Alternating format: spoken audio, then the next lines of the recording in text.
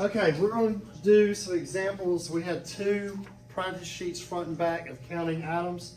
So I'm just going to kind of take a sample of, from each paper and work it out with you.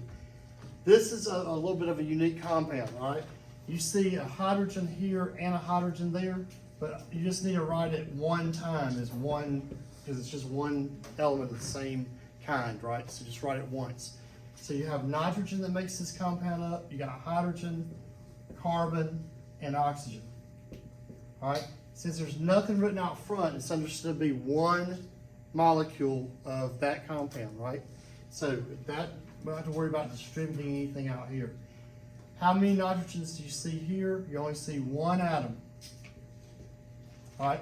Now on the hydrogen, be careful. I have 4 here and 3 there. So I do have to say 4 plus 3. And that's 7 atoms, individual atoms. All right. Carbon, you have 2. And then oxygen, 2. So that's pretty simple in terms of counting the individual atoms for that molecule. All right, let's do one that has more than one molecule. So look at aluminum carbonate. So if you have 4 aluminum carbonates, all right, it has aluminum in it, it has carbon in it, and it has oxygen in it. All right, 4 times 2 is 8 for aluminum. So that means 8 atoms, individual atoms. Carbon, you have to distribute the coefficient. 4 times 3. So 4 times 3 is 12 atoms. 12 atoms.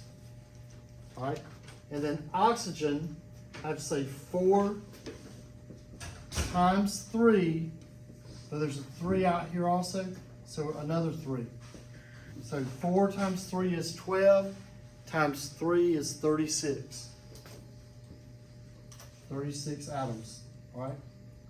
So basically all of these problems, you know, work the same way, right? You just have to be careful about always distribute when necessary. So if you have a number outside the parentheses, you have to distribute it to the inside.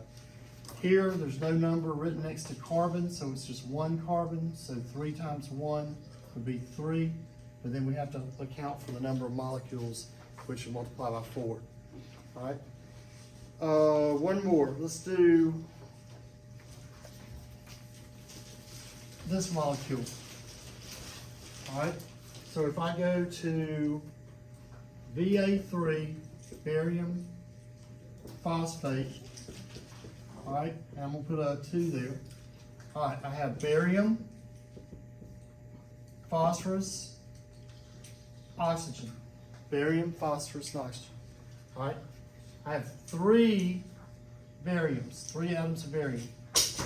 All right, and there's nothing in the front, so there's no, it's just understood to be one molecule. All right, phosphorus, I have 2 individual atoms.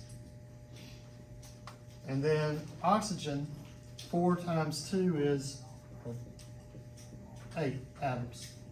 Okay. All right, so that's how we count atoms.